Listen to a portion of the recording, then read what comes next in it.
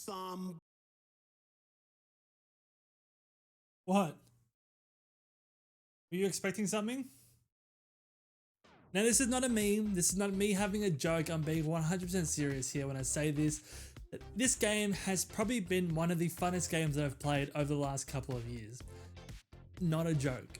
Bloody AAA modern gaming being outdone by 2008 Shrek 2. Oh, it's done, man. Modern gaming's done.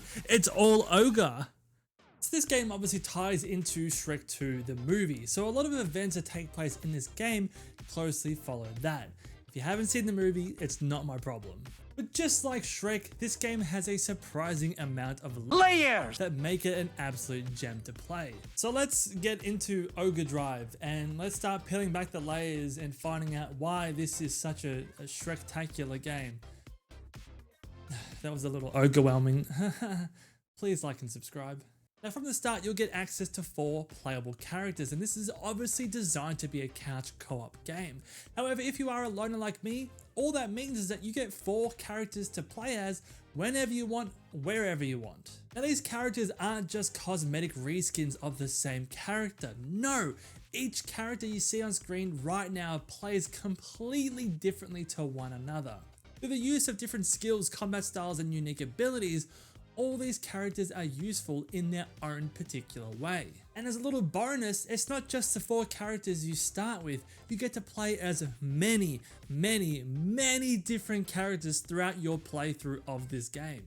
Now just given how many there are in the game, I won't go through all of them, but a few do stand out to me. Puss in Boots for one is absolutely goated in this game. He can walk on ropes to reach high places, and he's so agile as you'd come to expect. The Big Bad Wolf is also a massive highlight in this game because he'll huff and puff and blow all his enemies away. Gingerbread Man can throw his cane like Captain America can throw his shield, but most impressively is Fiona. Fiona can slow down time. Yes, that's right, she can manipulate time, which is not only useful in catching things that might be just a little bit too quick, but it's also great in combat and also great in the puzzle platforming sequences found throughout the game. I guess they really just love this bit from the movie.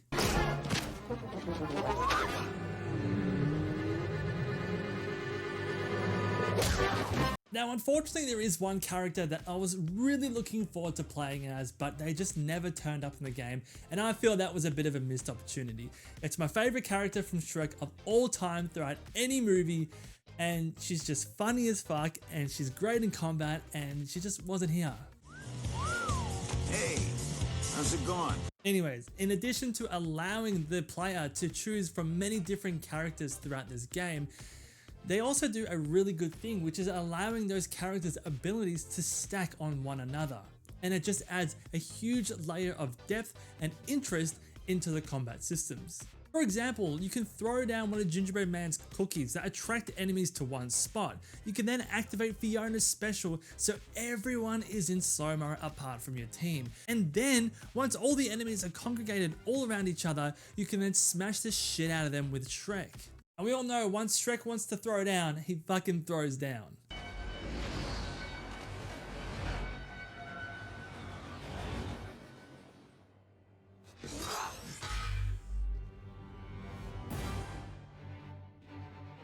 Another example of this was when I was escorting the 3 blind mice. I had to make sure that they weren't getting injured or killed, so I was pairing ranged attacks with Fiona's time abilities and then Donkey's abilities to kick over large trees to make bridges so everyone can progress throughout the level. It really utilizes every character you have in your arsenal, and this variety makes your combat and the few boss battles that you encounter in this game so enjoyable. This all just adds so much variety to a game where it really could have just been a quick cash grab with no depth or no experimentation. And there really was a charm to getting to a new chapter or level, having your team be rearranged or even introduce new characters, and having fun experimenting with those new abilities and seeing how each character benefited from one another. Now that's a lot on the combat, but this game actually offers so much more. There are puzzle platforming sequences, there are escort missions, there are a bunch of collectibles to find throughout each level, there are sequences where you can sing to blow up birds, and you can even punch cocks. But there's clearly a lot of things to do in this game, and I've only mentioned a few things. There's so much more on offer here.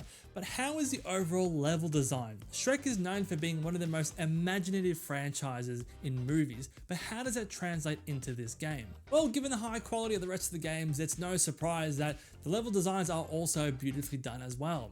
I guess it's to be Shrek-spected. Make it stop. You'll be taken to so many locations seen throughout the movies, and it was such a fun way to navigate your way through the landmarks and iconic settings. Now that being said, it's not all magical fairies and happy fun times. There are a few things that bring this game down and stop it for realizing its full potential. And sadly, it has to do with one of the best features in the game, which is allowing you to have 4 characters on screen at once. It really is a fantastic feature to have all these characters on screen for your choosing all at the same time, but it does come with its own set of issues.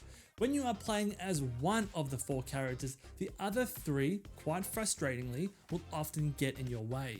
There were times where I was carrying a box as Shrek and I went to go put it down and a character ran right underneath me, causing the box to be destroyed. I then had to go right back to the start of the map to find the box that was repopulated just so I could bring it back to the point where I was. Overall, the character intelligence is just not very good. I was in a stealth section and I was also trying to avoid these guards, and obviously there's a clear way to walk down to do this. However, one character of course decides fuck all that, let's just charge head on.